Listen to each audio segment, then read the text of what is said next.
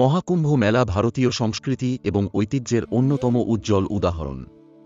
মহাকুম্ভ মেলার উৎপত্তি পৌরাণিক, সমুদ্র মন্থন কাহিনীর সঙ্গে যুক্ত। বলা হয়, দেবতা ও অসুররা অমৃত লাভের জন্য সমুদ্র মন্থন করেছিলেন। অমৃতের কুম্ভ থেকে কয়েক ফোঁটা 4টি স্থানে পড়ে: প্রয়াগরাজ, হরিদ্বার, উজ্জয়িনী এবং নাসিক, যেখানে মহাকুম্ভ পালিত হয়।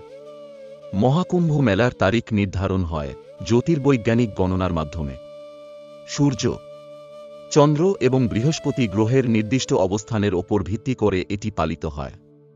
প্রতি 12 বছরে একবার মহাকুম্ভ মেলা অনুষ্ঠিত হয়, আর এই বছরের মহাকুম্ভ 144 বছর পরে আবার অনুষ্ঠিত হবে।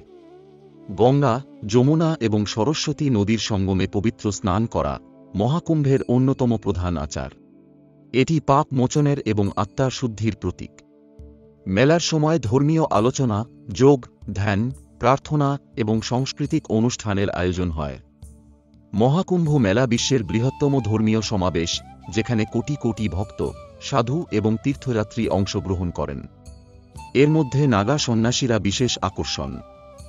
মেলার জন্য সাময়িক শহর গড়ে তোলা হয়, যেখানে শিবির, বিদ্যুৎ ব্যবস্থা, পানীয় জল এবং স্বাস্থ্যসেবা ব্যবস্থা তৈরি করা হয়।